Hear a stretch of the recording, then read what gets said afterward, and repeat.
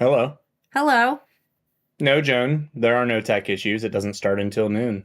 I know. I'm like, what are the tech issues? We haven't even started yet. We um, begin at noon, Noon Eastern time, 11 a.m. Central, 9 a.m. Pacific, 5 and we p.m. made it UK. before 12:01. Sometimes you got to give us like 2 minutes. Yeah, just sometimes. It's all good. Sometimes it's our software, but yes. Happy Friday, everybody.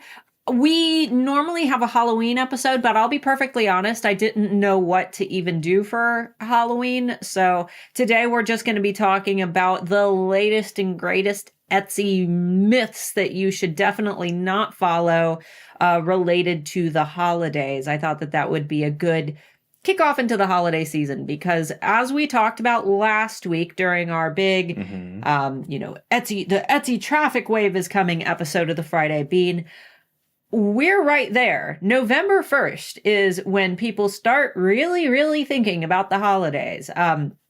We just released on erank.com. We just released a new tool called the Sites tool, which will allow you to look at the popularity of websites. And this isn't good for checking your own websites because it's like in terms of all websites ever. So your website, if you have one, is going to be itsy. But it's a great way to look at, for example, if you're like, oh, I'm not making any sales on Etsy. Is it just me?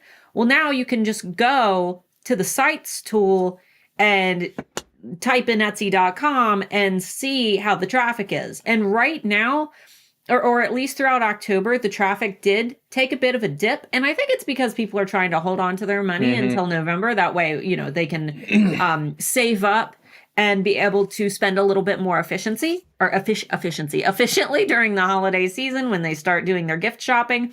But you have to consider that November 1st is designed to with all major retailers, it is the point where everything changes. You start getting the holiday music in every store. You start seeing all of the holiday ads. You start seeing holiday commercials on TV. It is like everything flips because people are done with Halloween. And if you're in the US, obviously there's Thanksgiving, but even Thanksgiving now, like I've noticed that if you don't buy like your Thanksgiving decorations the same time you buy your Halloween decorations, by the time Halloween is over, they don't like leave that Thanksgiving stuff up in stores. They usually take it down the same time that they take the Halloween stuff down and immediately start putting in the Christmas stuff.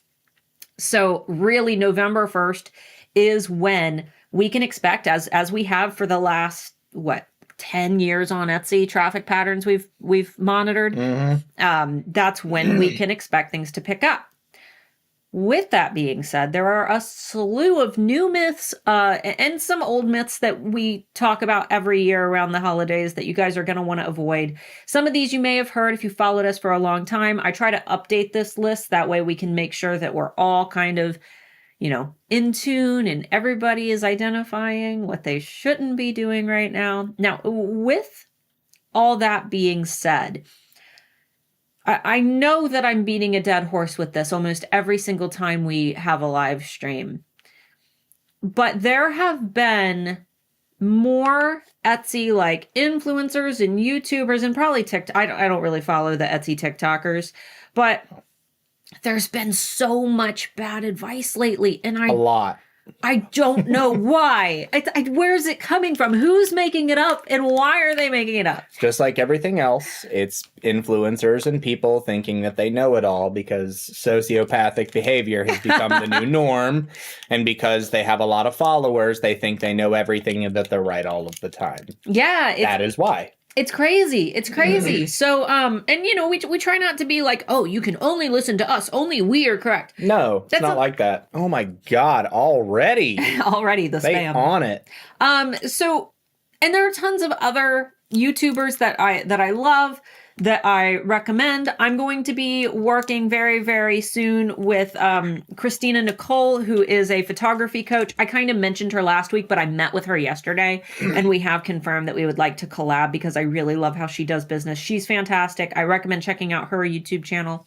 Pam Duthie, obviously, she works at eRank with me, so she is an authority on Etsy SEO. Anything that she publishes is going to be sourceable.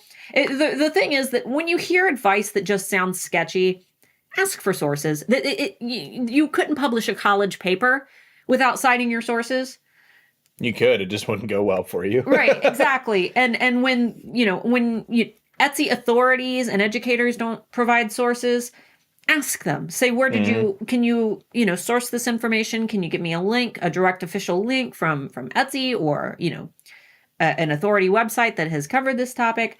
And if they can't provide one, then it's likely that they're making up or they're doing things based on anecdotal evidence from their own Etsy shops, which we all know isn't universal, because if that were the case, anybody who's watched a YouTube video that says how I made $1 million on Etsy would also be able to make $1 million on Etsy. And I'm sure that you guys have all watched videos like that, and their results didn't necessarily translate to results for you, because listing quality scores, customer and marketplace experience scores, those things are unique per shop based on how long you've been selling, how many listings you've sold, the type of feedback you've gotten, if you've had any, copyright strikes or any other, infractions with Etsy.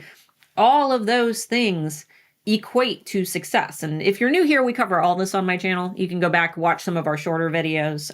Obviously, the Friday Bean episodes are a little longer. They're better if you like listening to podcast type material. Yeah. So this upcoming Tuesday, I am going to be making a video that kind of addresses some of these things. It's going to be more of a casual talk. It's the only video I'm going to do on this topic. Like I said, I don't want to beat a dead horse, but I do think that it's important that we bring up this topic. Even Anthony Wolf over at eRank, he's like, maybe we should address this because we're seeing so many emails. It's becoming a real problem. Yeah, and you guys probably don't see it as much as we do, but eRank has thousands and thousands and thousands and thousands of Etsy sellers. Like a big chunk of Etsy sellers use eRank. Yeah, I wish I could give you an exact number because it's a lot. It's a lot of people. But, when we hear hundreds of people saying well, this authority that I thought I could trust told me to go change all my tags and titles. I'm like, well, I hate to be the one to break it to you, but you shouldn't do that. Man, Bob Dale off on a question spree already, yo. Oh, yeah. Did you run for president? Bob Dale? Oh, yeah. You've got the verified user and everything. Awesome. So in your listing, is it within Etsy terms of service to go to this link to get our free X here to build our email list? Yeah, you can do that. If you're as long as you're not redirecting them to a site where they can purchase something else, or where they can purchase something, that's fine. If you're using it as a lead magnet, that's fine. Yeah, but you can't have them go to another product. And technically a giveaway, if you're saying get free X here or get a coupon, get 10% off your order by buying on our website, you can't do that. You cannot redirect from your listing to a website in which you are also selling that product. Yeah, but if you're giving them some type of a automatic discount code, that's fine. And we'll go ahead and get to the other question: how and where can we tell our listing quality score? You can't. That is an undisclosed score that you cannot see. Etsy is able to assign those to us, but you can feel them, you can sense them. And the reason that I say that, it's not some foo-foo weird thing. Have you ever made a sale in your Etsy shop and then magically within a few hours or, within a few days, that same listing sells again? And it's really weird that of all the things that could have sold, it's that listing that's selling multiple times. Mm-hmm. It's because of your listing quality score. Etsy's identified that you've sold that listing once. And they're saying, okay, well, people are taking interest in this listing. Let's go ahead and show it to some more people and see if, this was just a one-time occurrence or if there's actually a lot of interest in this. And that's why generating a bestseller is so important for Etsy success and why one-of-a-kind shops tend to struggle. When you're able to sell that one listing over and over again, Etsy's like, cool, this is making you money. This is making us money. We want to show this to lots more people. That way everybody makes money. So, all right, let's go ahead and get into the topic at hand, though. The meat and potatoes. The meat and potatoes, which is our big myths that we hear the most during the holiday season. You guys are free to write these down. And if you hear any of these weird, new pop-up influencers spouting any of these myths, now you'll know that they're not true.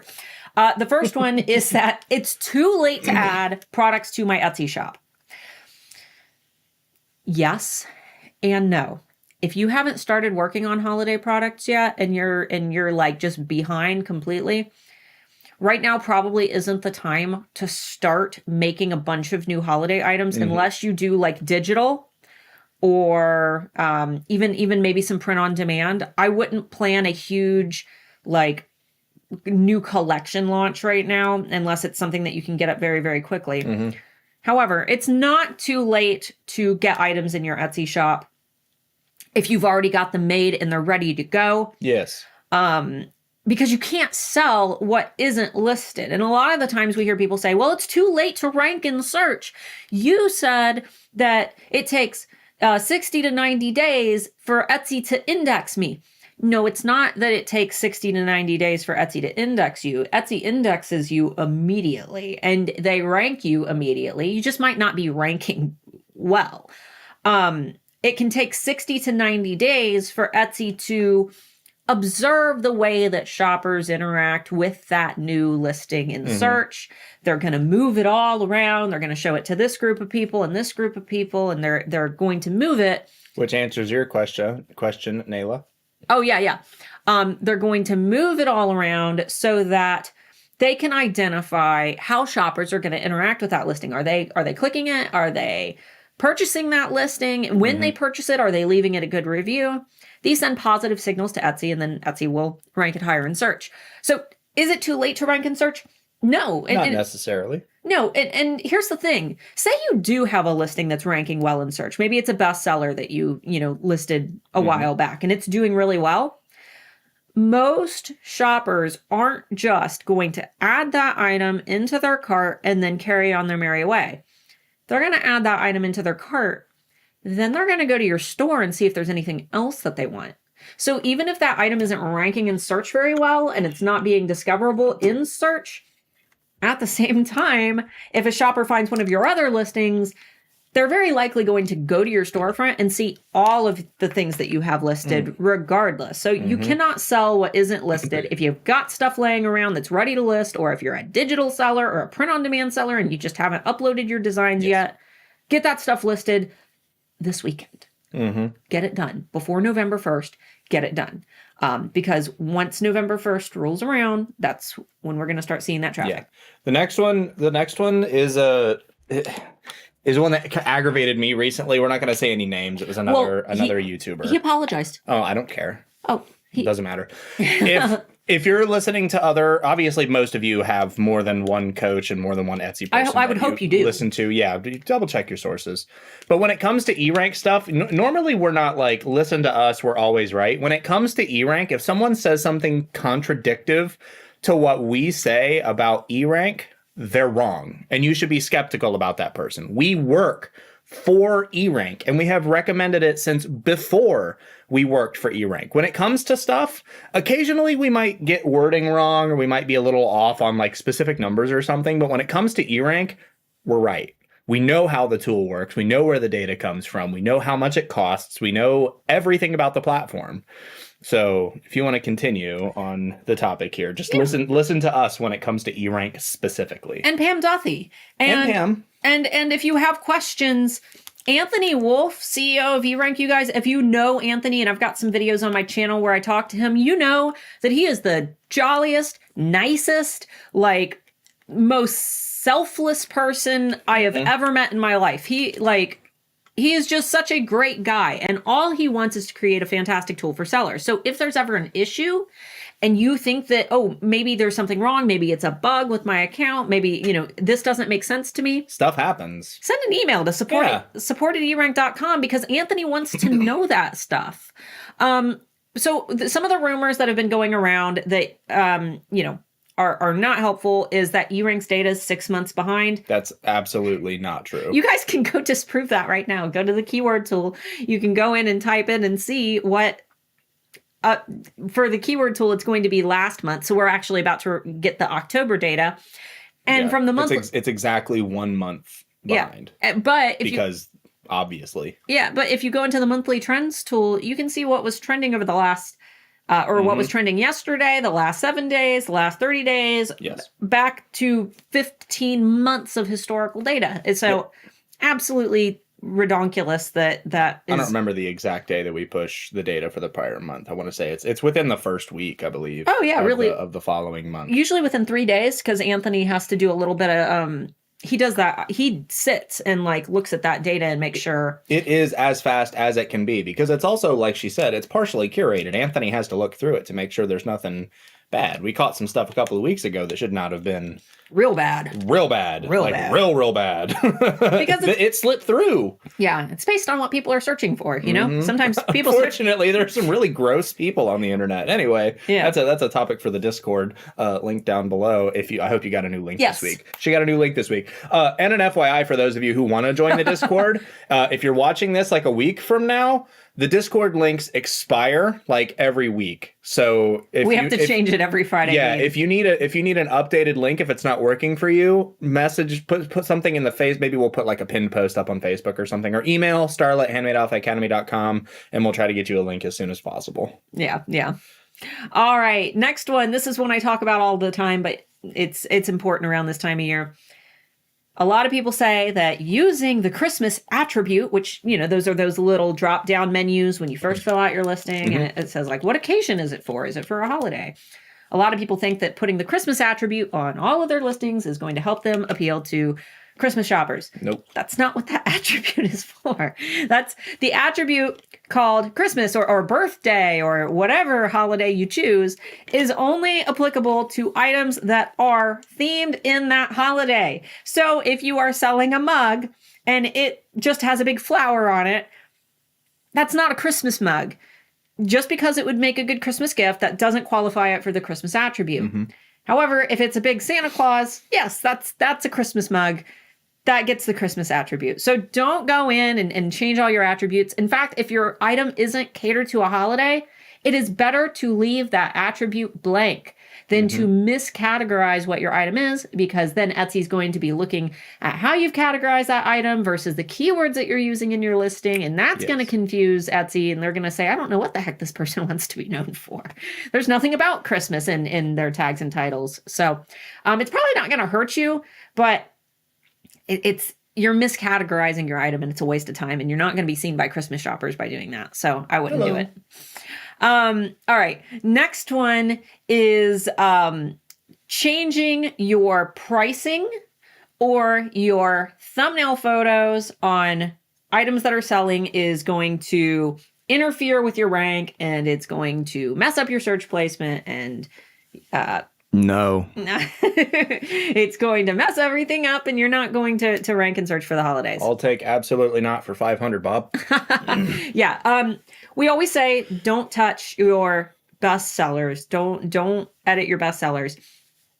And I need to start saying don't touch your tags and titles of your best sellers. Please, God, don't touch the tags and titles of your best sellers. Don't touch the tags and titles. Just don't. But your thumbnail photos, they have no influence whatsoever on your search ranking. Now, in an abstract way, if you changed a thumbnail photo and you notice that your sales drop down, it might be easy to assume that, oh, that was my search ranking. I messed something up.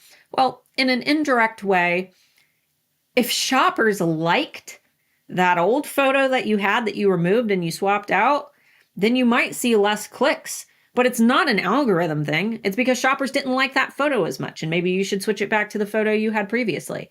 But it doesn't have anything to do with the algorithm. Same with pricing your products. The only thing that could potentially do is if shoppers are filtering by price. But if that's the case, they don't want items that are priced in whatever bracket you've priced your item anyway. No. So it has nothing to do with your search ranking. If you're like needing to raise your prices, make sure that you just go ahead and pull that Band-Aid off. If you're wanting to change maybe your thumbnail to add some type of like little holiday thing in the corner or some type of little prop, you can totally do that. And by the way, if you guys want something that will allow you to update your thumbnail photos in a fun way, maybe add some little seasonal stuff, without it interfering with your product photo too much. Down below, my free Black Friday toolbox is listed. There's a graphics pack in there that has tons of cut out images. And there's one that I really like for listing photos. It's like this snowy wreath. And you can kind of put it like just off in the corner of your listing photos, and it's not super distracting, but it looks really nice if you're doing like a flat lay. So feel free to get that. It's free. And there's also a Black Friday checklist that will tell you everything that you need to do in November to get your Black Friday sales event ready in time for the big Etsy Cyber Week sale. Let's see. Another one that we hear a lot is that running a sale for Black Friday will devalue your items. I really don't understand this. I genuinely don't understand this. Yeah, that's so let's think about that term, devalue. That would imply that the shopper no longer values the item at the original price while it is discounted, which is the opposite of human psychology. And you can learn a little bit more about this in Predictably Irrational by Dan Ariely. So if you were selling let me flip this situation. If you were purchasing we'll say a Coach handbag, because, those are really expensive. You're purchasing a Coach handbag, right? And you decide that you're gonna shop on their website, and you find exactly the handbag that you want, but it is on sale. Maybe it was originally $900 and you're able to get it for like $100 or something ridiculous. Thank you. When you tell your friends about your beautiful new Coach handbag, you're not going to say, look at my $100 handbag. You're going to tell everybody, look at this $900 handbag that I got on sale. This is a $900 handbag. Look how lucky I am. Look how smart I am. Look what a deal I got. Like, that's what I do with my Gucci sunglasses. Yeah, your expensive Gucci sunglasses. Yeah, they were very expensive, and I got them on sale because it was time for the next generation of sunglasses to come. I got them more than half off, and they were $1,200, something like. I can't remember. They were really expensive before, but I got them for $500 or something. That's still very expensive. Yes, I know I'm stupid for spending that much, but I've had them for 3 years. I was gonna say he's got blue sensitive eyes. For everybody with blue eyes, the sneezes that you get. So he needs I'm a Gucci boy. He needs nice sunglasses. But anyway, that's the only expensive thing that he buys for himself is his sunglasses. This is a $9 shirt. But anyway. Running a sale over the holidays doesn't devalue your products. If you can't run a sale, that's fine. But if it's a fear that you're going to devalue the overall price of your product and in the eyes of your shoppers, that's not the case. It's not how the human brain works. The human brain is going to value the product at the original price point that it's listed. And that discount is just kind of seen as a little added, wow. Holy moly, look how awesome I am for getting this discount. So, and Mika, thank you. I'm still saving cash, but I'm saving in cash, but this is still fine. Awesome. And thank you for taking care of the Discord this week. I know we haven't been super active, so I appreciate you being in there. Okay. So the next one kind of goes along with that. Everybody keeps asking me about Etsy's big holiday sale. You guys should have gotten an email about it. It should be on your dashboard, where they put that little list of news and, things. But a lot of people have asked me if I participate in Etsy's big holiday sale that they're hosting, or if I don't participate in that, am I not going to be ranked in search? Am I going to be penalized in some way? Absolutely not. Etsy can't penalize you for not participating in their sale. If you want to participate in it, that's totally fine. If you don't want to, that's totally fine. There's no reason to not participate in it unless you're, worried about losing money. So, all right. Goodbye. What is up with all the weirdos in the chat today? I don't know. That wasn't even a bot. That was somebody really trying to scam people. But if you're going to scam people, you should at least type proper sentences, I think. Anyway, next one is I hate this one. Going through all of your listings before your Black Friday sale or Cyber Week sale or however long your sale is, and putting Black Friday in my tags and titles will help me rank and search for Black Friday shoppers. Don't do that. All right, there's multiple reasons not to do that.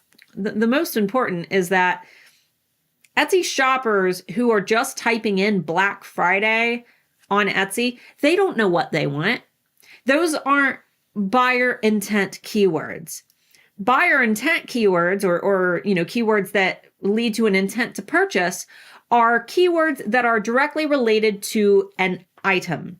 So saying, Christmas gifts, there's no buyer intent there. Somebody typing in Christmas gifts is going to use that search as a springboard. They're going to type it in, they're going to get some ideas, and then they're going to refine their search. So maybe they type in, Black Friday.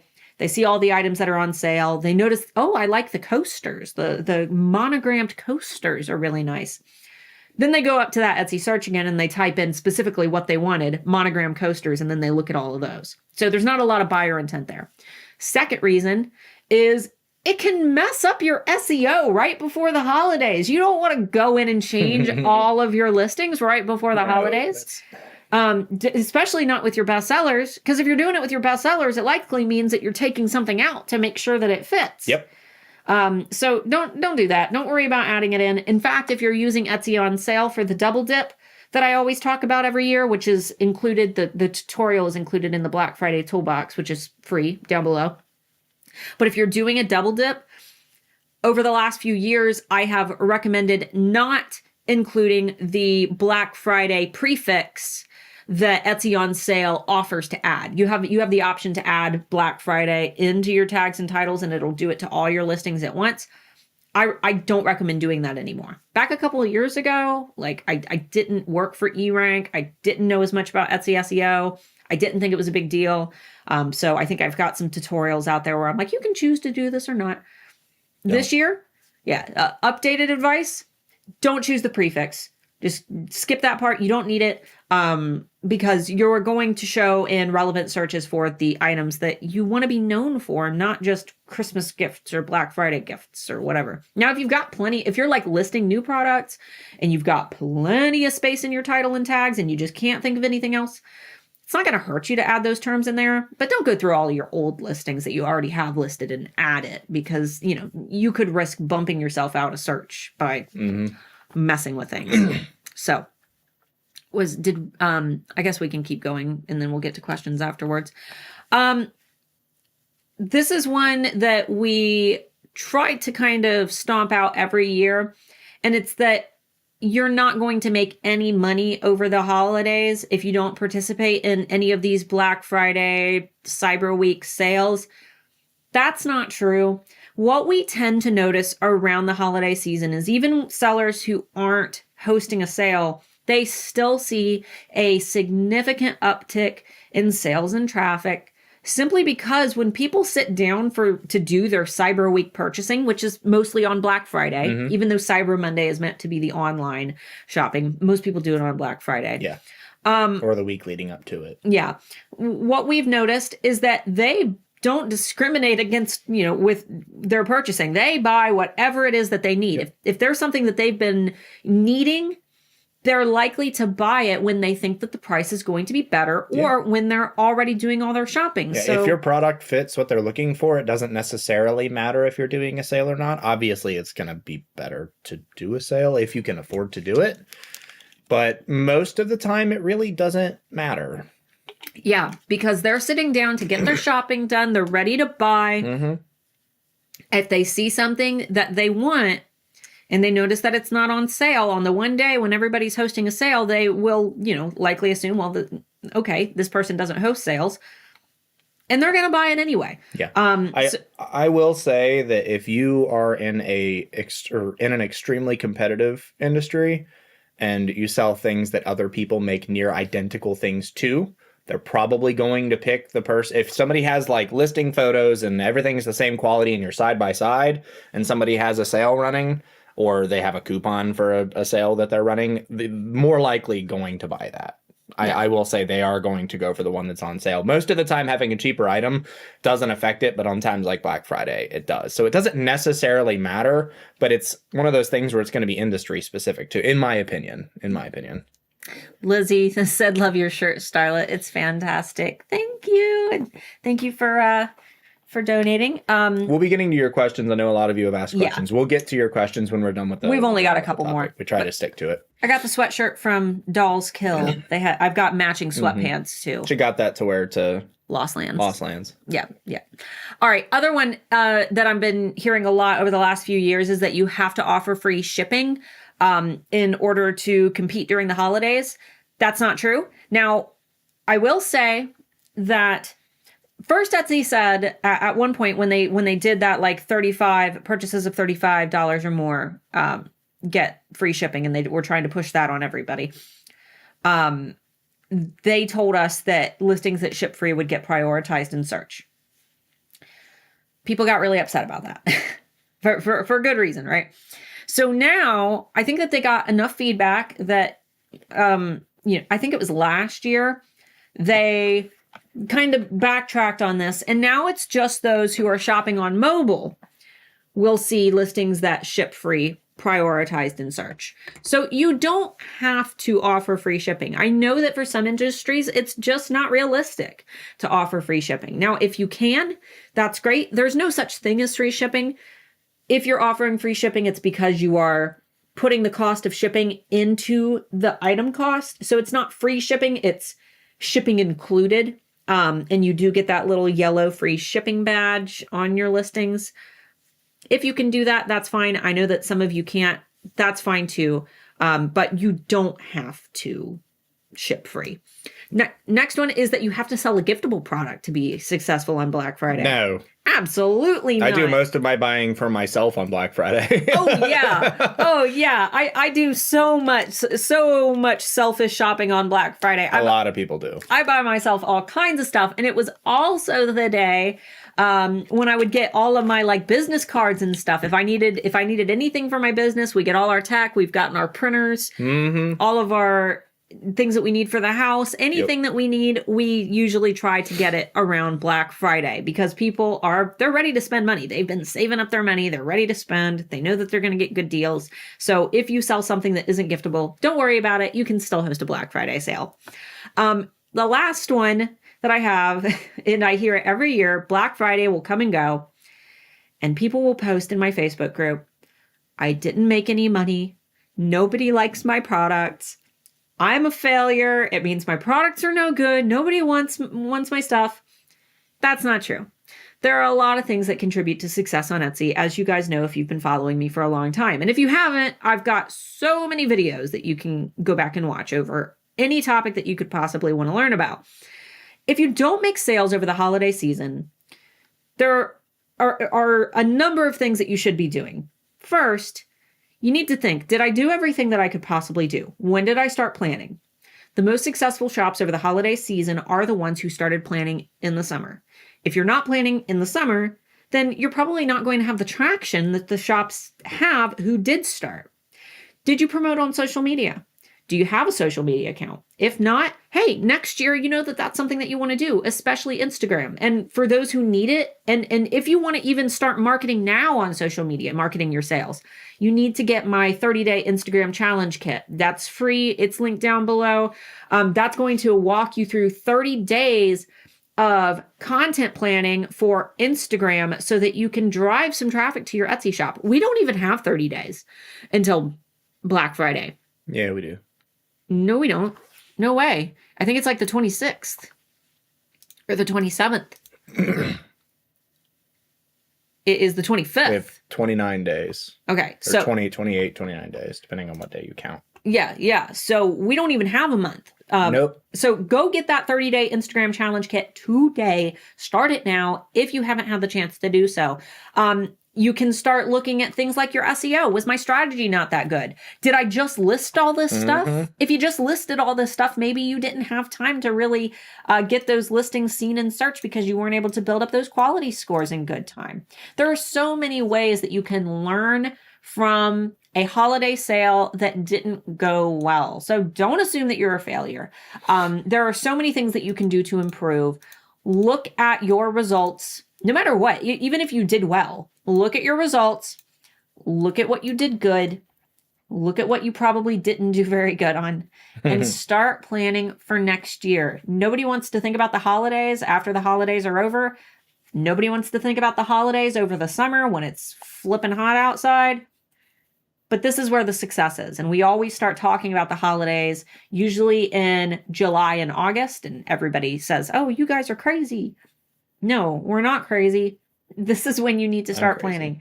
August is when we start to see the very first searches for holiday related items on Etsy with eRanks data. So we're good, though, to answer questions. For those who don't want to listen to questions, feel free to scoot out. Now, I do have one bit of news and announcements before we start answering. Mm-hmm. On the first of the year, we are planning. Nope. Okay, we can't talk about it yet. We can't talk about it yet. Because, you're right. I muted her and silenced it immediately. Okay, we will be announcing something next Friday. It's not super huge news, but we will be announcing it next Friday. Okay, I didn't think about that real small part of it that could cause problems. Yeah, I haven't. No,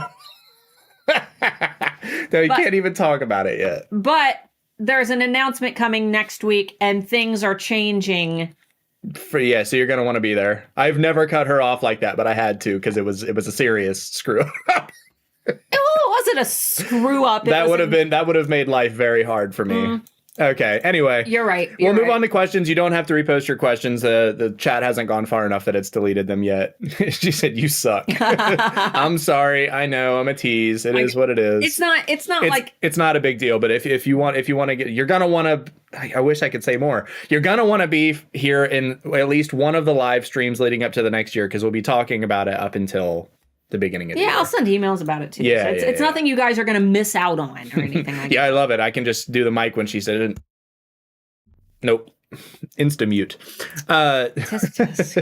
Mary said, do you know if it is significant to be featured in the Etsy market lookbook? I've received a message from Etsy saying they feature me, just didn't know that was actually something beneficial. Yeah. I mean, being featured anywhere is beneficial unless it's like Nazi supporters anonymous, right? As long as you're not being featured anywhere bad, like that's fantastic. That's a good thing. It hopefully you see some traction from it, and some uptick in your overall visibility. But no, that's something to celebrate. So that's great.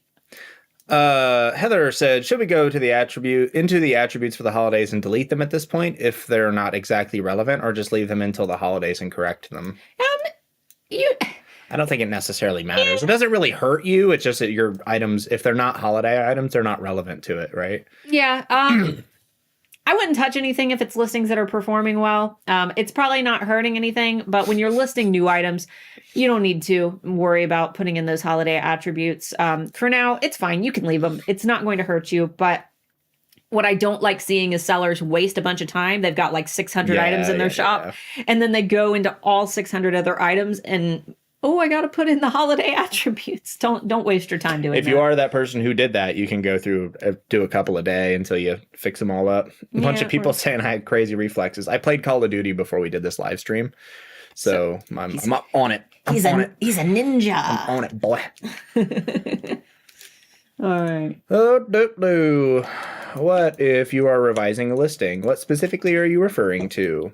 Revising a listing, you don't want, if it's selling, don't touch your tags and titles. Yeah, don't touch it. Even if you're revising it, if it is one of your best sellers, don't touch it. Yeah, unless those keywords are just no longer at all relevant to that listing, at which point the listing, if the keywords are no longer relevant, it's almost like you would almost have to be switching out the item entirely for the keywords to not be relevant anymore. So just don't touch your tags and titles of listings that are selling. Somebody said they sent us an email on September 16th about my first shop, and they haven't heard from us yet. Sometimes emails slip through the cracks. We get in, I'm assuming you emailed Starla at handmadeoffacademy.com. We get like 15 to 20 emails in that inbox every day and do not have the time to answer them. Occasionally one will get clicked on and not marked as unread. It happens. So if you have a serious question, send an email again. I'll be going through that inbox next week. Yeah. And when you guys send us messages, every once in a while, we'll because he sits usually once. Short, concise, and to the point. please. Right. They're usually like, I'm not joking. They're usually like on my 4K screen, like this much with like 6 full in-depth paragraphs. I don't have the time for that. Yeah, we love you guys. We wish we had the time to do that. I really do, because I try to answer your questions as full as I can, but sometimes I click on them, I'm like, this email's going to sit here for another week because I can't read this right now. Yeah, we usually have very, very strict schedules. Yes. The fact that we can even answer emails from those, you know, who aren't in HAA at all. And unless the story, it's like when you look up a recipe online, right? Unless the story, the context is part of the question, then just leave it out. Yeah. Leave the life story out. We appreciate you guys. It's not that we don't want to hear your stories. We just hit 34,000 subscribers. We get a lot of emails. Mm-hmm. Yes, one of my Etsy coaches, I interviewed them the first time. They want to charge me more than $10,000. So ridiculous. Yeah. What? $10,000? Does that come with a private chef for a couple of months? I was going to say, what are they? Wow. Oh, wow. They better be chauffeuring you around. That's crazy. For that much, Mark will come to your house and cook you a Wagyu steak. That's not even a joke. If you pay me $10,000, I will buy a steak, fly to your house, and cook it for you right now. I mean it. You can do it right here in this super chat. $10,000. That's all it takes. He'll import you some Japanese Wagyu. Mm-hmm. I'll give you a massage. He does that too. I do that too. Got a massage table right back here. Bring it with me. He taught himself how to give good massages just for me. Isn't that nice? That's the sweetest thing. Because I'm good. He is good. I wasn't going to participate because I wanted at least 20% off my entire shop. That would have been not good with my 380 plus listings. Yeah, you don't have to. Don't worry about it if you can't. Nah. Other YouTubers are encouraging to put up product videos on Etsy. Does this increase ranking or visibility in any way? Nope. However, it does help with Google. We have noticed that if you type in some keywords associated with your listings, and then when you're in the Google search, you click on the videos tab for that search, you can rank in that search page. So there's one benefit. The other benefit is that you totally should be getting listing videos up before the holidays, not for any Etsy ranking purposes, but because that helps your shoppers. They want to see videos. Videos give them an extra look at your products in a unique way.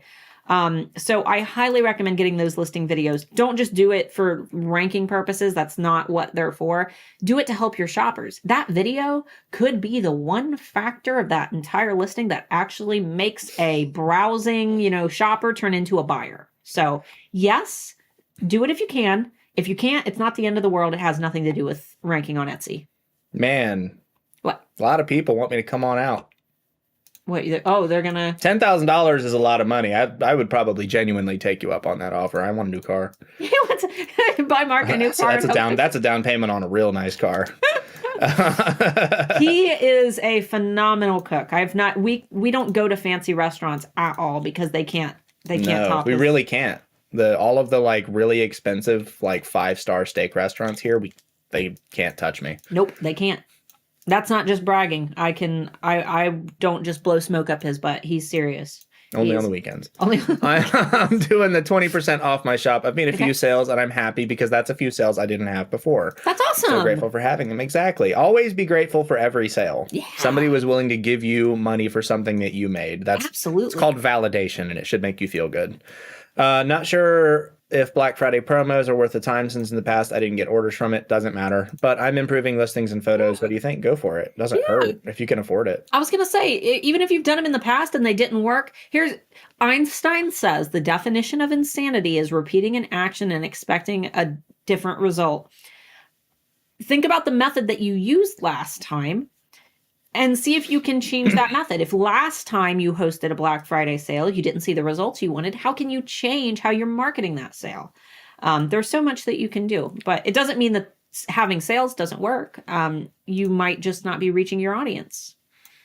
What happens when buyers search by trademark item term like House of the Dragon when we can't use those phrases? Okay, so their search algorithm is a search algorithm. It doesn't have a bunch of no-nos built into it, at least as far as I know. They might have stuff like pedophilia and stuff like that blocked off. I think that Etsy does have like bad no-no terms. Like illegal no-no terms. Really? I don't think so, because I've put stuff in there before that was pretty off par just to test, and there are things for almost anyway. Topic for another day. Etsy's search algorithm is going to search it based on what you are searching. So it's searching for the terms, not the items themselves. So even if they haven't been caught yet, if somebody searches specifically House of the Dragon, the items they're going to get shown are the ones that are keyword optimized for House of the Dragon or have been selling for House of the Dragon, or maybe it's searching for Dragon House or the Dragon or the House of the Dragon, or who knows? There's a lot of different ways that Etsy can search for things, but you can't use them because they're trademark and or copyright terms. People can search them because the search algorithm doesn't care about that. Yeah, and if you see the E-rank, that's why there's a big orange banner on all of our keyword-related tools and trend tools that say, make sure that you check these terms. We're just telling you that people are searching for those things. We're not telling you that you can use those terms in your listings. Yes, people do it. Yes, there are tons of listings that violate copyright. Yes, every single day, tons of shops get taken down. People get sued. It's not even just shops getting taken down. If you make enough money off of somebody else's trademark, they will sue you. Etsy cannot take your listing down for violating a copyright. That is a big common misconception. Only the owner of that intellectual property can file that infringement claim, which means that, for example, if you put House of the Dragon products in your shop, and HBO's lawyers, who are literally hired just to find shops that do this. They sit and they do that all day. And now they have a tool that literally just allows them to search for a term, and it gives them a page, and they can just click, click, click, click, click, click, click, do it. And that's it. Exactly. So if you get an infringement case, it is because the owner of that intellectual property, who very likely makes millions and millions and millions more dollars than you do. Hundreds of millions of more dollars than you do. They have directly found you and are going after you. And copyright case against your shop is the best case scenario. Yes, my Apple. This is where you ask your questions, but we do them in order. Yeah, you can ask. Be patient. We'll get. And I saw you were asking for who is a good POD shop. Or good coach for POD shops. Hello. Everything that we teach here can be applied to a POD shop. Yeah. Unless you're like looking for how to list things directly for print on demand. And then you guys know I've been working with Printify. I'm not an affiliate, but I have been doing some cool stuff with them. Yeah, she just did a live stream with them. Yeah, a webinar. Their YouTube channel is awesome. Like I was browsing around, like checking out some of their videos. For print on demand, Printify's YouTube channel is amazing. So I highly recommend making sure that you subscribe to them and looking at some of their content, because I was blown away by how. Dude, I agree. Way too many coaches. And there's a lot of them popping up. I would be not all of the like brand new pop-up coaches are going to be terrible. I would be extremely skeptical of new coaches. It's not that they're all going to be bad, but I'm going to be real. Most of them are going to be bad. It started with that. What was that? He boxes now. The douchebag blonde hair guy that boxes. What's his name? Logan Paul? Yeah.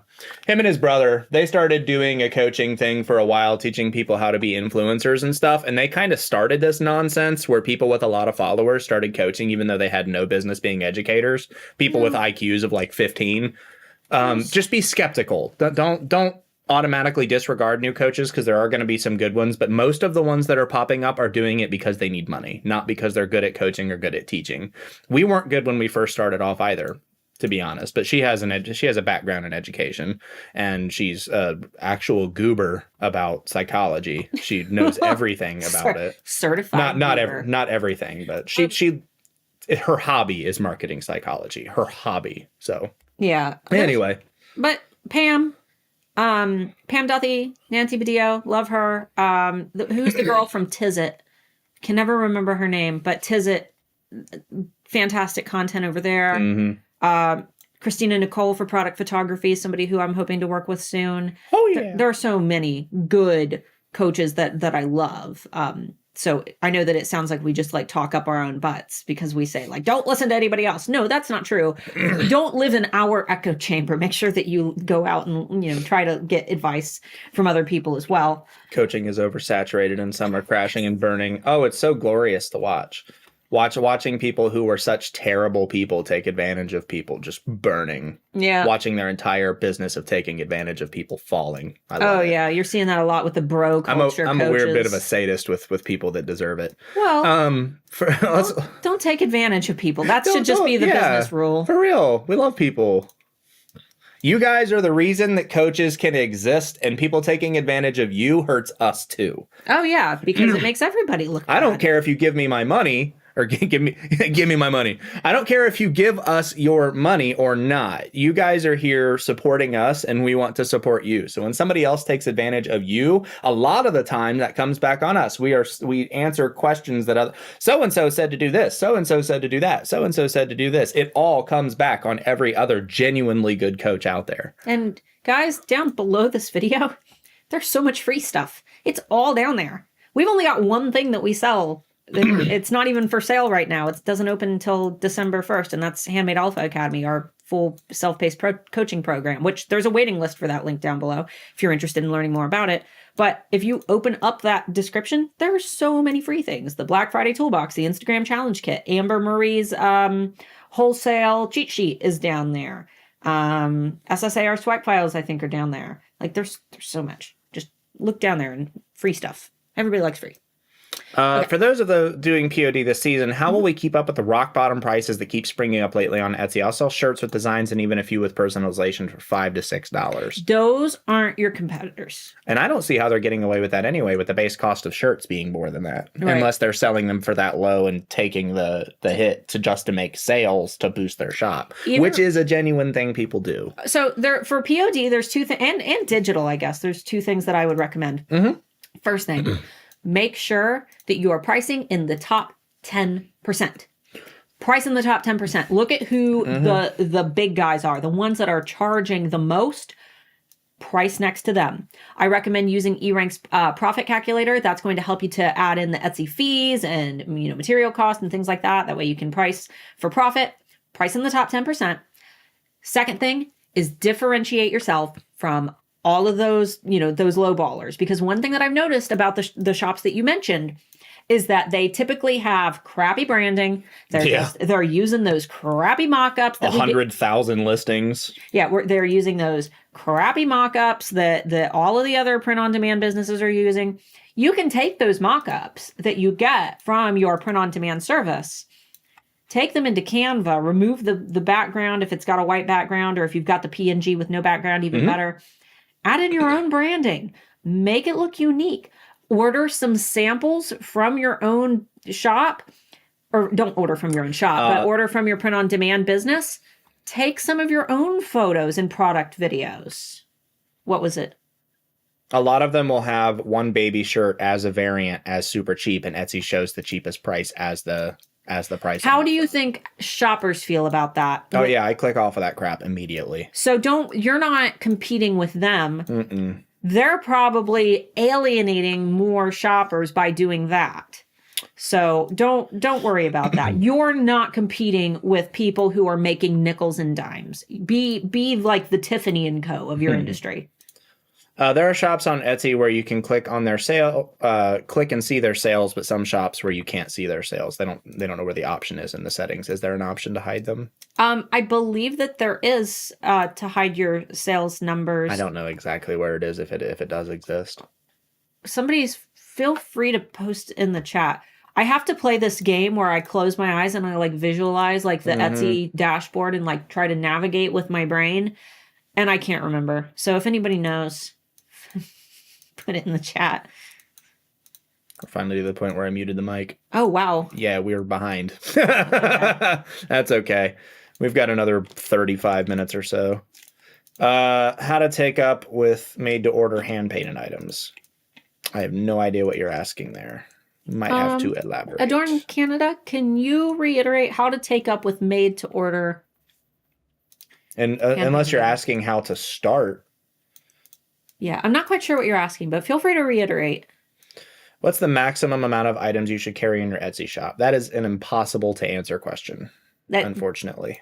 I will say that if you are creating like beautiful handcrafted metal smithed diamond engagement rings and you have 6,000 of them in your shop, if I go to your shop, I'm going to be skeptical and I'm going to say, there's no way that she's actually sitting there making all of these. And I'm going to assume that you bought them in bulk somewhere and are reselling them.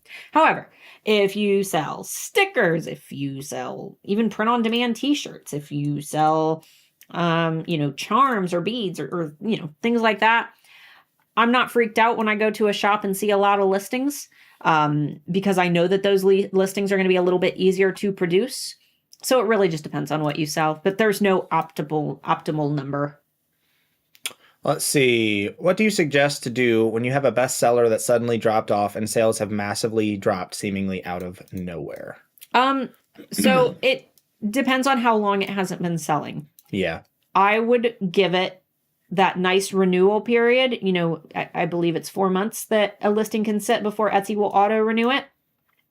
I would let it sit, kind of monitor and see how it does. You can also use the eRank track changes tool. If you go into your listings tab on eRank, pull up all your listings, there will be buttons that say track changes. Click track changes.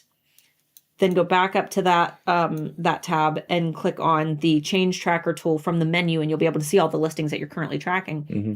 And from there, you can see the views, favorites, and sales of that listing, like incoming.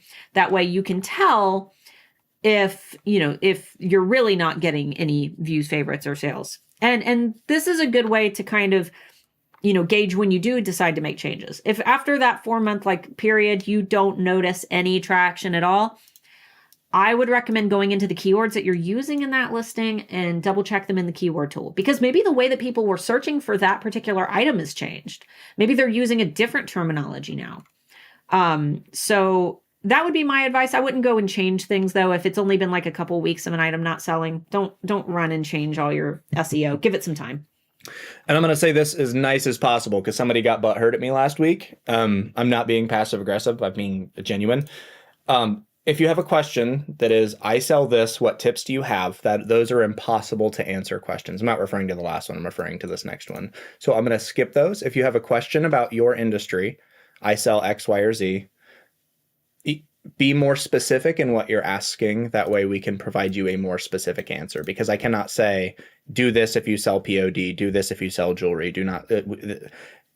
There are so many factors that go into selling on Etsy, pictures, SEO, what have you, that those are impossible to answer questions. Yeah. So I'm not being disingenuous. I'm not being passive aggressive. Please don't get mad at me like you did last week, whoever it was. I'm being genuine. Seriously. I just don't want to waste everyone else's time. Exactly. My channel, if you're new here, look at my channel, because pretty much all the short videos, we do these once a week, the long Friday beans, and then we have short videos on Tuesdays. Those short videos are a gold mine of quick information. Yep. The more specific your question, the better the answer I can give you. Exactly. That's a good quote. Yep. I got behind on listing items. They're made and photos are taken, mostly edited. They aren't posted. Is it worth posting them all this close to November? Yeah, we talked about that already earlier. They can't sell if they're not listed. It sounds like you've already done most of the work. Spend the weekend. Get them listed. They're not going to sell if you don't get them listed. So they might not, rank super great in search, but they'll be out there. They'll exist. I promise. Someone said, LOL, a coach with an IQ of 15. You know exactly what I'm talking about. The deep fried beef jerky colored valley kid with bleach hair. You know what I'm talking about. There are millions of them. The beach babe coaches. The beach babe coaches. They got famous for being hot on Instagram, and now they're teaching. Yeah, you guys know what we're talking about. Yeah. They're everywhere. You're still people, and you deserve respect, but you should not be a coach. How long can it take to start ranking after you first list an item? We already kind of talked about that as well. Yeah, Tom, you rank immediately. You might not rank well, but you rank immediately. That listing needs time for people to engage with it. That's how you build a listing quality score, and it is how Etsy is able to decide who to show your listings to. So it typically takes, what Etsy tells us, between 60 to 90 days for them to assign a quality score to your listing. Between that point, 60 to 90 days, that listing is all over the place. It is ranking everywhere, all different places for all different types of shoppers because everybody sees different search results due to personalized search. It's an experimental period, basically. And then after that 60 to 90 day period, Etsy is more accurately able to gauge who they should be showing your listings to. That way you're ranking for the right people. So I hope that answers your question.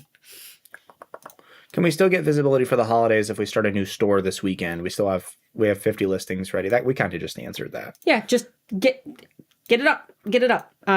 Possibly. You won't know until you try. So if you've got things to sell, post them. I will do it now. Do it this weekend. I'm curious to know, though. I love the Halloween costumes on the aliens in the background. Aw, you know what? We got another alien a couple weeks ago, and nobody commented on the second alien.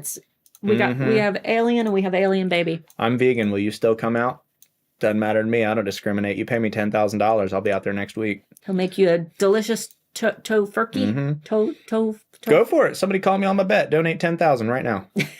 He really wants somebody to give him 10. Just give him. I have 10. So much. I'm getting into DJing, and I have so much gear that I need. He just really wants someone to hand him $10,000. I do. We have so many spammers today. Just remove. Go away. What's up with all the spam? Oh well. Monopoly money. No, it's got to be that real Dosh, dog.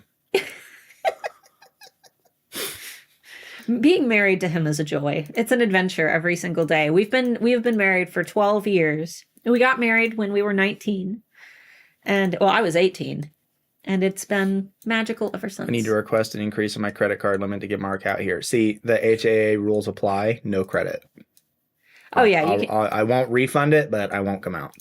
I paid $3,000 for my first coaching program. HAA is so much more affordable, and I've gotten way more out of it. Yeah, and we're constantly expanding it. We just we're going to be working on something new to add to it that everybody already in Handmade Alpha Academy will get. So that's coming soon. Ew, Dulcie. She said, I'll give you $10,000 to make me the best watermelon ham. I won't touch a watermelon ham. You can get out of here with grilled watermelon. That is gross.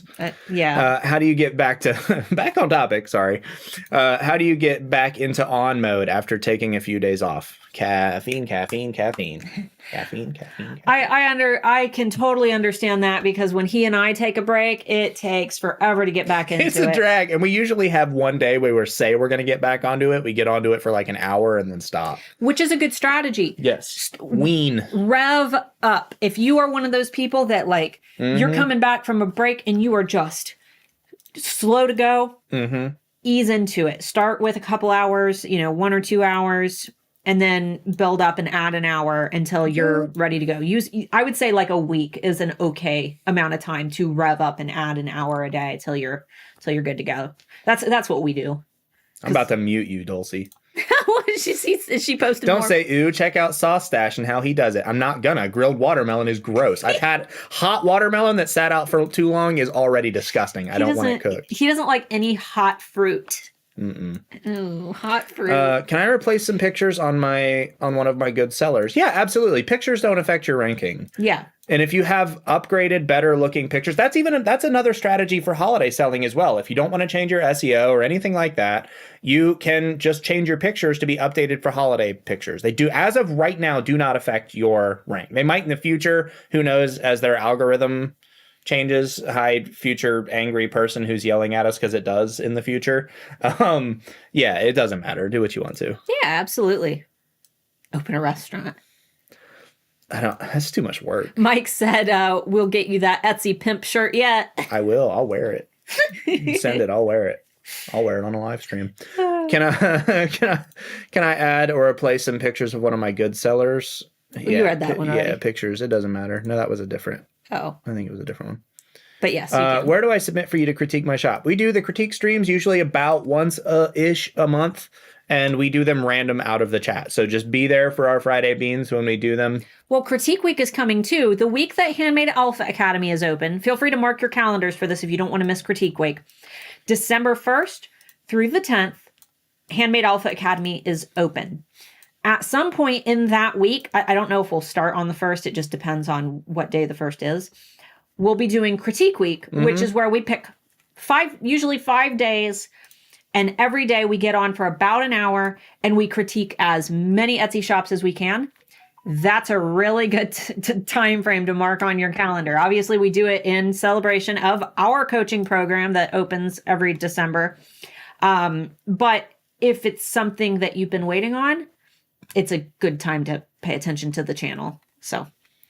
Is there any impact for shipping newer orders over older ones first? I've noticed a stall in orders when I do this, and it's only because larger size orders take longer when it happens this way. No, it sounds, I always say don't read the chicken bones. Don't find hidden messages in your alphabet soup. It's probably not related at all. I wouldn't ship orders late, but as long as nothing is overdue, you're fine. It's not related. Is it okay to correct my descriptions now? Just want to put some extra benefits for the product. Still didn't make any sales. Open nearly years. Okay, so descriptions. Yes. Etsy says descriptions carry weight with your SEO. As of spring. As of spring, that's what they said. Anthony Wolf and I sat down and tested this theory. Unless it has changed. It hasn't. We just tested it again. Oh, did you just test it again? It doesn't really matter that much. Now, that being said, it doesn't necessarily mean that you should not be SEO optimizing your descriptions. You should not copy and paste your tags and titles into your descriptions. That doesn't help. However, if you can include them within your description, you should. In a natural and organic way. And if you're writing a good description, if you're good at writing a description, that's probably going to happen naturally. You won't have to stuff it too much. So, yeah, you should be fine. I'm assuming what our assumption is, or we assume it's going to be, is that it's going to help more in the selection process for the algorithm more than weight itself. So if you're carrying like gold jewelry and silver jewelry, and somebody searches for silver dragon necklace, maybe it'll help differentiate the fact that you're selling a silver one and your competitor's selling a gold one. I think it's more going to be for categorization than it is heavyweight. As of right now, it doesn't seem to have any effect at all. So I've had a listing removed for using a trademark in my title and keywords. You cannot use a trademark term or copyright term anywhere. Yeah, even if the item itself isn't like, even if it's just like a general like dragon design and you put House of the Dragon in your tags and titles, you can still get in trouble. You can't use another person's intellectual property to try to sell one of your own items. Mm-hmm. Some coach on YouTube said that the first words in the description matters in the search. Does that make sense? Aha. That's OG, dog. No. And here's it. Okay, it gets confusing because Etsy says to help or to put your most important keywords close to the front of your description. Yep. Not that putting your most important keywords towards the front of your description will help it to rank. The reason that they say to do this is because your shopper's attention span is not going to be very wide. It's not going to be very long. And they're going to probably only read that little top snippet. And Etsy wants us to make sure that we're conveying the most important points of our items first in our description. But they do not say anywhere in their details about adding keywords and descriptions that it helps you to rank. I thought the same thing as well. And it was Pam Duthie who corrected me and said, actually, it has nothing to do with rank. It's they want to make sure that the shoppers are seeing it first. So someone stole my original drawing digital file and immediately listed it as their own. I reported it and I wasn't sure if I actually reported it right. Is there a wrong way to do that? Not necessarily, no. No, but I would make sure if you go back on my channel and watch my copyright video, it's just called Etsy Copyright Crackdown. There is a link in the description for Etsy's new IP reporting portal. So the Nancy chick made a lot of people mad a few months back when she tried to change her generic Etsy community to her subscription group. Well, I didn't hear about that. I didn't hear about that. I'm assuming you're talking about Video. We like Nancy. Yeah, I like Nancy, but we don't always agree on everything. But she's not one of the sketchy ones. Yeah, definitely not. Right. She hasn't. Here's the thing. I've never taken any of these coaches' programs. I'm going based on their YouTube channels and the content that they provide for free. And I know for a fact that the content that she provides for free aligns with Etsy's best practices. And that's all that matters. And that's what matters to me. In terms of their paid programs, the one person that I can verify, though, is Christina Nicole, because we swapped each other's programs. So I can check out her paid program. She can check out my paid program. That way we can make sure that our values align, which she's awesome. I really like her. Any tips for... Nope. Not even going to read them. Be specific. Yes, that was the same person as earlier. Did you guys see Printify sent me a Printify Expert water bottle, and it says, noun, a person with an amazing knowledge on how to make money online. I think our text is reversed, so they're not going to be able to read it. Oh, well, they put my name on it. Isn't that nice? Somebody said that they had an issue with a Printify print being printed upside down. Printify does not print anything. They work with third parties who do their printing. Yeah, they have their own people. Printify is the middleman. Keep bugging them because their customer service, I've been talking and working with them nonstop lately. Their customer service is pretty spot on, so I would keep bugging them if you think that they've missed your message. With the name drops. Thing is, we can't name drop coaches that we don't like, but you can. We can't stop you. We can't stop. We can't stop you. That's all you. Right. Just don't bombard them. I do have to say that. Don't pick on crappy coaches. Oh yeah, don't go. Starla and Mark said that you suck. Don't do that. I don't think anybody sucks. I mean, if you feel, I do. Well, here's the thing. If we describe something, it's like one of those if the shoe fits type things. Mm-hmm. You guys can decide for yourself if somebody's crappy. We don't need to tell you who's crappy. You guys are smart. You eat that bean burrito, you're going to break that toilet. Ain't no way around it. I'm looking for a quality POD that does extra tall, not just XXL big and tall. Oh, I have no idea. That's a good legitimate need, though, Virginia. Maybe join the Handmade Alpha Facebook community link down below and see if any of our other POD sellers could provide some insight. They usually have variant that's out of stock and Etsy displays the lowest. Oh, yeah. Is there a best time to break out a new shop? Nope. No. Anytime. Anytime's fine. Obviously, summertime things are going to be slower. But you need time for your shop you need time for your shop to suck before it gets good. Jake from Adventure Time says, sucking at something is the first steps to being sort of good at something. That's right. And it's true. You got to suck at something for a little bit before you get good at it. So Can you recommend a good POD that prints really good greeting cards? I ordered samples from Printful and there are several problems with them. Thank you. Handmade Alpha Facebook community is the best place to ask or ask other alphas because I don't print greeting cards, so I couldn't personally tell you. So I would go with somebody else who already does greeting cards who can advise you. I would give Mark 10K to spill the tea on actual names of bad Etsy coaches. See, that could probably be considered criminal corporate conspiracy. So I'm not going to do that. Settings, options, sold listings, no. Okay. That's for listings, not sales numbers. In settings, you can hide the actual sales, yeah. The question about hiding sales was about hiding the option to check which items were sold. Okay, yeah. So settings, options, sold listings, sold items, no. What camera do you recommend for product photos? That is a really subjective term. It depends on what your comfort level with cameras is. First thing, most phones are good. They're going to be good enough for your product photos as long as you are utilizing good light. This is something that me and Christina Nicole, the photography coach, have been talking about because she teaches you how to do all of your photography with your phone without having to edit your photos afterwards just by using good lighting. So that's why I'm working with her because she's got fantastic advice, which I'm not good at that part. Your phone is fantastic. If you want something a little bit better and you want to have a nice point and click camera, I personally really love for close-up shots the Nikon Coolpix L820. I think that they technically phased that one out and there's a new version, but if you Google it, you'll get the result for whatever the new version is. Nikon Coolpix L820 is my personal favorite. And I got my first Nikon Coolpix 8 years ago. Yeah, just go by what you're comfortable with. The thing is, if you don't know what camera you're looking for, then you're probably not experienced in cameras. Start at the bottom, take yourself a couple of maybe Udemy courses on photography and work your way up. If you want a higher quality camera, you can get a high quality camera. We're using right now, this is a several-year-old camera we just recently got. It's a Sony a7 III, relatively expensive camera, absolutely amazing. There's the A9 cameras. I love Sony cameras. I'm a bit spoiled to Sony. They're easy to use. So go with what you're comfortable.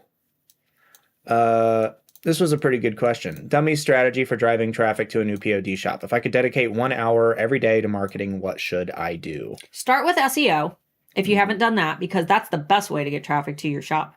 It's where you need to start. I actually have a how to do SEO for print on demand video. It's the only video on my channel with a big green thumbnail with the Printify logo on it, because I did that video for them. So watch that. There's your starter. Second, I recommend Instagram. I recommend Instagram because Instagram Reels are shown to an audience that does not already follow you, as long as you are using good keywords in your captions and a few hashtags related to what you want to be known for. For more on this subject, make sure that you get my 30-day Instagram challenge kit down below, especially if you're talking about having an hour a day. That will be perfect for you. I also get the question of, well, I can't do Instagram Reels because I do print on demand and I only have mockups. You can. I have a video on my channel. It was a Friday Bean episode from last year called How to Make an Instagram Reel in Canva, where I use my mockups. So you can learn how to animate those to create Instagram Reels. So those are your three things. SEO, get the Instagram challenge kit, go find the video called How to Make an Instagram Reel in Canva, something like that on my channel. Carrie said, love your studio. Absolutely feel like I'm on board with the Starship. You guys, best advice. It's only going to keep getting better. We're getting ready to completely redo this back here. I'm putting up a new wall back here. We're going to get I'm going to switch out my guitar amp for a cabinet. I'm going to put another cabinet and a big old cat tree over on that side. Just keep up. It's going to be good. It's going to be good stuff. I got lots of ideas. Every time you guys donate, there's like a little thank you, like a little heart with a dollar sign under this video. Anytime you guys donate to the channel, we put that money, all of it, every single penny, back into the channel. So we're saving all that money from your donations. Next week, hopefully, if it gets in here in time, we're getting a new interface because we're going to start using the mic she records with for our live streams. We put every bit that back into the studio that we can, but stuff's expensive because upgrading from already expensive stuff, it's an exponential increase in price. Like going from a Sony a7 III, I think it's like a $2,000 camera. The next step up is like 15 grand. That's that's like in the future. Yeah, when you guys get YouTube ads on our channel, we get money for that, and we want to make sure that because you watch that ad, it's coming back to you, and you guys are getting improvements. Yes, we want to make sure that we are repaying our audience. Absolutely.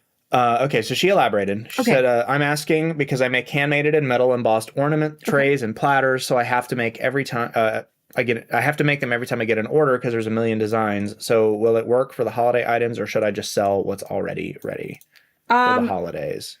It's really hard because it sounds like your items might take a bit of time to make.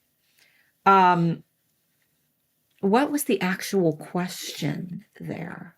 I'm assuming you're talking about selling on the holidays, whether they should just sell what they have already available or also have the listings that they have to make to order. If you have made to order listings, just make sure that you're clear with your customers and you're not taking too many orders than what you can make. Make sure that you're clear to your customers that I am making this for you. This is made to order. It's going to take a little bit more time, and make sure that you you set your shipping holiday deadlines, because no matter what mail service you use, whatever dates they have posted as their holiday shipping deadlines, which all the services have already released them, you can just Google it, USPS shipping cutoff dates or holiday shipping cutoff dates. Add at least 1 week onto what they recommend. We've been doing this for over 10 years now, and it's never correct. You have to add at least a week onto that. I recommend adding more. If they order after that date, you need to message them and say, unfortunately, because these items are made to order, there is no possible way that I'm going to be able to get you to this item by the holidays. And then also give them the option to go ahead and cancel their order. That way they don't leave a bad review for a product that they don't want. What do you think about opening a new shop this weekend? Sure. Yeah, we talked about that already. Go for it. Go for it. What's the best way to get noticed if you sell digital files on Etsy? That depends on what kind of digital files you're selling and what you're proficient at. Yeah. Social media could be big. SEO could be big. It depends. Yeah. SEO, I would start there. I've got an SEO video on my channel called, I think it's like how to learn Etsy SEO in like 12 minutes or how to learn Etsy SEO fast and easy. I've got that one. Even the Printify how to do Etsy SEO for print on demand video with the green thumbnail. I posted it like 3 weeks ago. That one would even be useful to you because it's basically the same video, just catered more to a print on demand business model. So I want to start selling my hand sewn products, but I'm not sure how I could connect everything. I want to make into one shop. Yeah. How broad can you make a sewing store, but keeping it all together? Start by thinking about who you're making the items for. You need to think about the type of person, not just what you can make. Don't base a business model off of what you're able to make. I can do all kinds of things. I restore vintage taxidermy for fun sometimes. You know, that doesn't mean that I put it in my Etsy shop just because I can do it. Doesn't mean that I am doing it. So think about the type of person you want to sell to. Identify your target customer first. Create products that fill a need with them or something that they want to buy. And then you can kind of refine what you add. Strategy to drive consistent traffic to a store with no sales. Consistent traffic. So there's no strategy to drive consistent traffic to a store with no sales. I don't think the term consistent traffic is even really a thing either, because it's going to go up and down. Based on the season. It might be consistently busy or consistently slow, but it's always going to fluctuate. Yeah. Season, economy, all that kind of stuff. Driving traffic is SEO and external marketing. I've got lots of videos on SEO on my channel already. There's also a free workshop down below, The Science of Etsy Success. That's the same one that I did with Printify a couple weeks ago, but you can also watch one down below. And external marketing, 30-day Instagram challenge. Instagram's my personal favorite. That's down below. But those are your options. SEO, which is appealing to people who are shopping on Etsy. External marketing, which is driving people to your Etsy shop. Mm-hmm.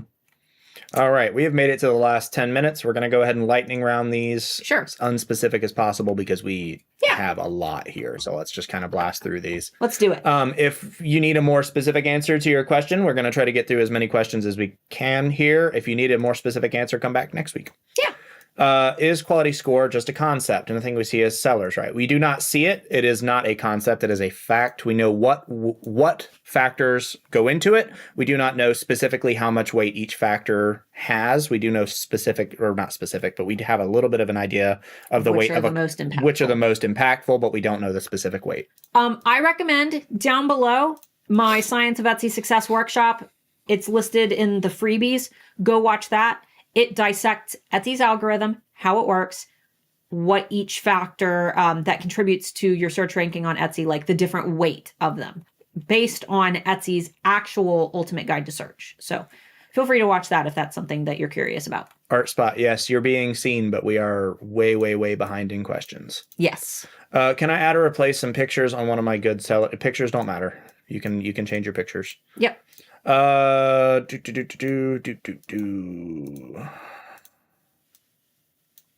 we only get fans foot pic access for that? I will also make an OnlyFans for my foot pictures if you pay me that much money. That's an added benefit. That's be bought. I can be bought. He is easy. I'm not that expensive. For even being like an F-list celebrity, I'm not that expensive. F-list. Me and Amber Marie say J-list. We're J-list celebrities. I saw a coach encourage views to get a new credit card if they couldn't afford to pay for his class. You should automatically say absolutely not to anyone that tells you to buy something on a credit card. You don't want to miss out on this sale. That's like toxic. 1990s TV toxic bullcrap. You just immediately stop listening to that person. They're a bad person. Yeah, that's even if terrible. their content is good, they're a bad person. That's terrible. I'm so confused why Etsy is telling us to add tracking to orders over 15 Canadian dollars on a star seller page. I was a star seller in September. This month disappeared because of the tracking need. Etsy wants you to add tracking to your listings. That way they can make sure that items are being shipped. I mean, nothing we can do about that, unfortunately. It's just, I mean, Star Seller isn't that big a deal. Like it has nothing to do with your search ranking. It is just an incentive that Etsy gives us to make us look special. It is a little sticker on our t-shirt. That's it. Can anyone truly master Etsy SEO? Absolutely not. It seems like they change the algorithm regularly. They don't really change the algorithm regularly. They add to it a lot, and they have to change it from time to time. The same as Google changes theirs every couple of years, because as people get good at it, if they don't change it, then specific people are going to constantly dominate the market. People that have figured out like the top tier stuff to do are going to be the ones that remain on top, and you don't want that. So they have to change it. So if you follow me, anytime there is an update to the algorithm, I make a video about it. I tell you what the impact of that update is, and I tell you exactly what to do. The last one that we had was the description update. I created a video about it. I included everything that you need to know. That was published back in June. Yes. So can you master Etsy SEO? Yes. That's me and Mark. Literally, we work for erank.com, which is Etsy's I'm biggest... terrible at SEO. Don't put me in that basket. But it's Etsy's most popular SEO tool. It is our job to know everything that we can about Etsy SEO. Can you master it? Yeah. Yeah. I'm just not creative with words. Oh, it's thinking of new keywords. Yeah, I know how to do SEO. I'm just not good at thinking of new keywords. If you have a Food Saver vacuum sealer, you can. I don't care about marinating watermelon. It's disgusting. And she was a bit off with saying that I don't like grilled fruit. I specifically don't like grilled watermelon. I like grilled pears. I like grilled apples. I like grilled, most other fruits. I've been told shipping without tracking is really bad, but to add tracking would increase my shipping cost by nearly 4 times. Am I really hurting myself? You tell me. Are you happy with your results? I mean, if you literally cannot afford to add it, then you don't have a choice, right? Then that's just how it is, unfortunately. Here's the thing. If I ordered something on Etsy and didn't get tracking, I'd be upset. I'm just being honest. I think that most people let us know in the comments, but if you ordered something on Etsy and had no idea when it would arrive, or, what if that item disappears in the mail and you have no way to track it? I would try if it's possible. I have optimized listings. Every listing gets nearly no views and no likes. I have a POD shop. I think I shot myself in the foot with quality scores by sharing with friends who never bought. Can this happen? No. Sharing with friends. Not necessarily. Sharing with friends who don't buy, your actual number, like your conversion rate that shows in your Etsy shop, has no impact on your ranking. I know, it's my stomach. Good Lord. I'm hungry. I highly doubt that is the case. I would work on, other areas of your shop, your branding, your marketing, external marketing. Mm-hmm. I already purchased Alpha, but haven't had the time to do it. I can take it with a new class. You can take it at literally any time. Oh yeah, if you have an issue logging in, email me and I will get back to you as soon as possible. Email me at support@handmadealphaacademy.com. Yeah, I know that if you're not an HAA student and I have not told you to email me there, don't email me there because I will just delete your email.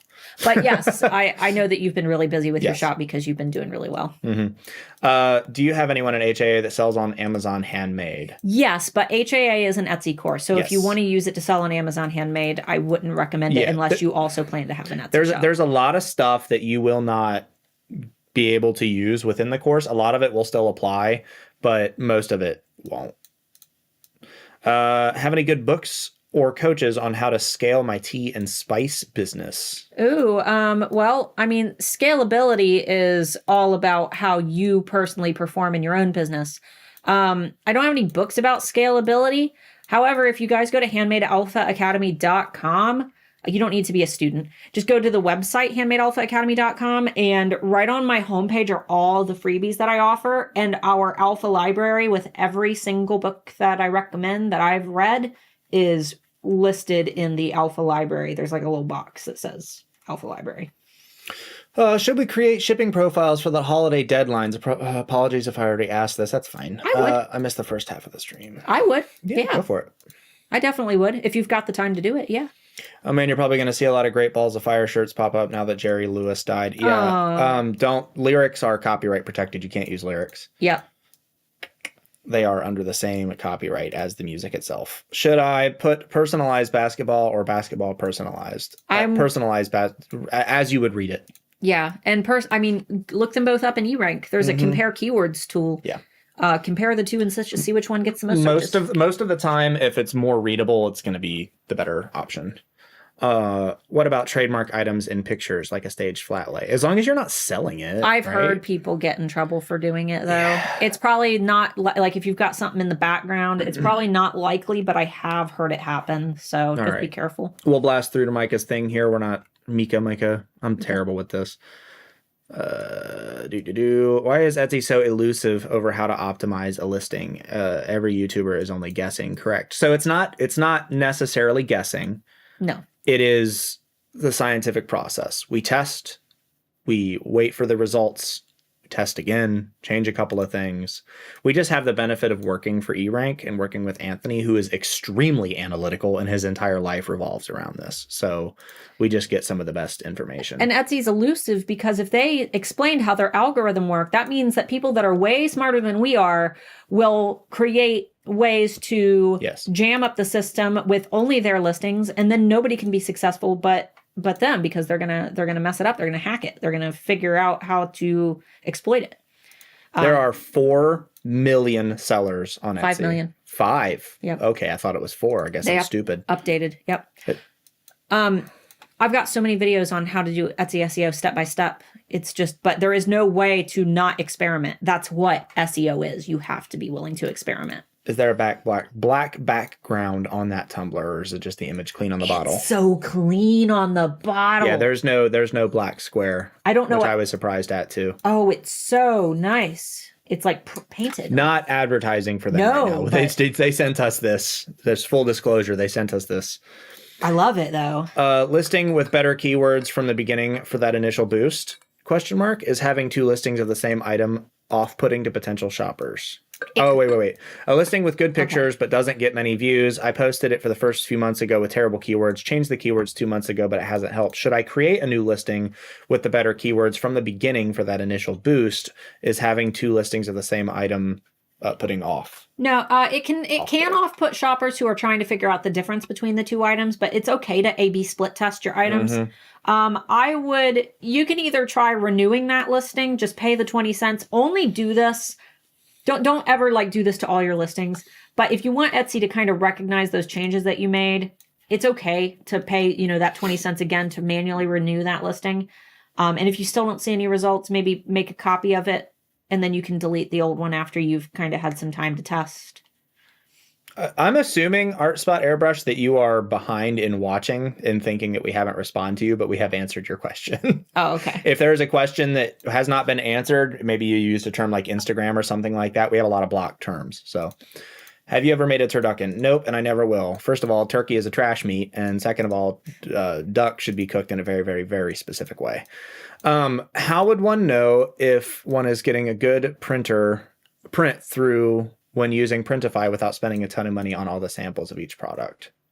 So there is a group called Printify POD Rockstars that I'm in, and it's run by Printify, where people will order items. They'll put the keywords of what the item is, and they will do a print, and then they will leave a review. Anytime somebody orders their own sample item, they will post it in that group. That way everybody can learn about the quality and that person's opinion of the product. Join that group and then do a little keyword search within the group for the type of item that you're looking for. Or you can ask, has anybody bought XYZ? I'm trying to get opinions on it. And then if you buy a sample, you can post your own and help their community. Mm-hmm. One digital coach suggested to become an affiliate with places who print cards. Know any? Nope. No, I personally don't. Somebody said Tabitha Park has many great photography classes on Skillshare geared towards product photography. Oh, that's pretty cool. There you go. I'm having the worst time getting my focus right on my S20 camera's phone with a high-reviewed camera app taking pictures of my jewelry, even in macro mode. So frustrating. Yeah, cameras can be a pain in the butt. Amy, check YouTube, because there are YouTubers that will specialize in every type of camera phone. So type in your exact camera phone and see if you can find a good YouTuber. I'm looking into opening a shop with my sewn items, but curious how much of a variety of items I can create with them being tied together in one shop at the same time, as long as your theme is cohesive. Yeah, Destiny, I think we already answered your question a few minutes ago. Sounds like it was a repeat. Is it worth selling a listing that is one only vintage item for the holidays and collectibles? Will that affect sales scores? No. No. No. I don't think so. No. Unless I'm misunderstanding the question. No. Do you have a video on building an email list for your Etsy shop? No, there are a lot of legal. Okay, so the service I recommend is MailChimp.com because it's free up to 2,000 subscribers. However, I don't teach how to set it up. They do have a YouTube channel where you can learn all that from them. I only teach how to set up mailing list information within the Handmade Alpha Academy because if you go watching my free information and you mess up your mailing list and you get in legal trouble because you didn't learn about GDPR or the Can Spam Act or any of the legalities that come with starting an email list and you get mad at me, I don't want you to get mad at me. So Handmade Alpha Academy, I teach that step by step, but there are other ways to find that information. Like I said, MailChimp's YouTube channel is great, and MailChimp is what I recommend because it's free. Can you post different styles of a tumbler that sells for the same price on one post? Sorry, you all capsed me. I had to yell it. Yes, Debbie. Yes. You totally can. Just list them all as their variations and make sure that you got good photos of each of the different designs. I added some testing listings to test some keywords, tags, and titles, and now I want to delete them. Deleting our listings with the favorites hurt our trust score? No, Nope. No. Will tags get you shut down also? If you're like copyright tags? Yeah, just don't touch copyright stuff. That's silly. Silly. Is it too early to put to list designs for Valentine's Day? No, I wouldn't think so. Couldn't hurt. Yeah, it's not going to probably not going to sell much, but yeah, it's not going to hurt though. No. Good job staying on it though. Yeah. All right, we have reached Micah's. I think there was like one more question. I'll go ahead and slap it. Mandy. Yeah, Mandy.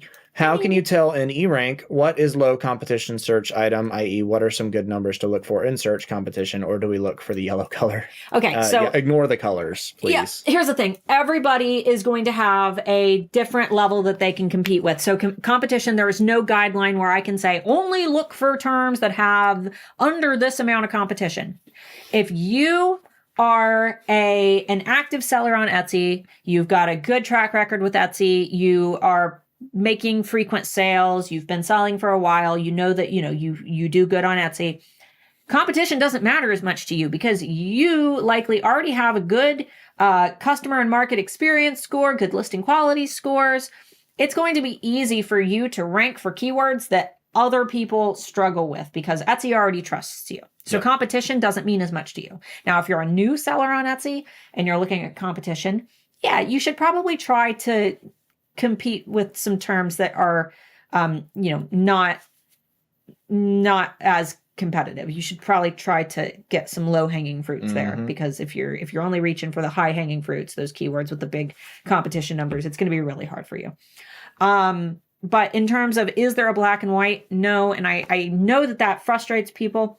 The colors on E-Rank, they're not like red, green, yellow, like stoplights. It's not like you see red and that means never use this. It is just a color identifier to let you know that, yes, this is pretty high in terms of competition on Etsy. You should be aware that this is what we consider to be high. Yellow is, yes, this is what we consider to be a medium amount of competition. Green, yes, this is what we consider to be a lower amount of competition. And you're just supposed to use those as a guide. But if you make sales on Etsy, you can kind of challenge yourself. You can say, okay, I'm a pretty good seller. I can risk a little bit more by using some of these yellow terms or some of these red terms. However, if it's in terms of searches where it's red because nobody's searching for it, that's a little bit different. You want to make sure that people are at least searching for the keywords that you're using. All right. So, and they said Jerry Lewis was misreported as passing away. TMZ misreported it. Really? Okay. It's everywhere. Dude, TMZ screws up all the time. It's everywhere. Oh my goodness. Apparently the New York Post said that he's still alive. Oh, okay. Well. All right, cool. Guys. And David, go back to the beginning of the video and watch from the beginning because we've pretty much answered your question more than one time. So go back and watch it. We love you. It is the end of the stream. If you have not yet, please like the video. It does us a lot of help. It's good for us. Have a happy Halloween, guys. Yes. Be safe. Yes. Do not drink and drive. Please do not drink and drive. Look for little ones on the road. Make sure your little ones are our little one is dressing up and doing all her trick or treating. If you're gonna drink for the holidays, just pro tip, this is what we told people in the military so they would not get DUIs because it happens all the time. A DUI makes you look silly, and you are silly if you get one.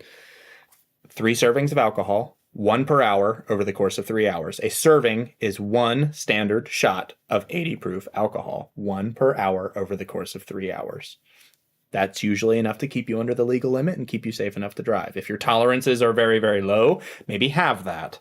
It is not 1 Long Island iced tea per hour. That's 5 servings of alcohol in 1 drink. You're already over the limit. Yes. So please be careful. Watch out for kids. Check your candy. Get all and the enjoy freebies. yourselves. Get all your freebies. Yeah. Join the Discord. Join the email list. Handmade Alpha Academy opens on December 1st. We're coming up on that. We're almost a month away.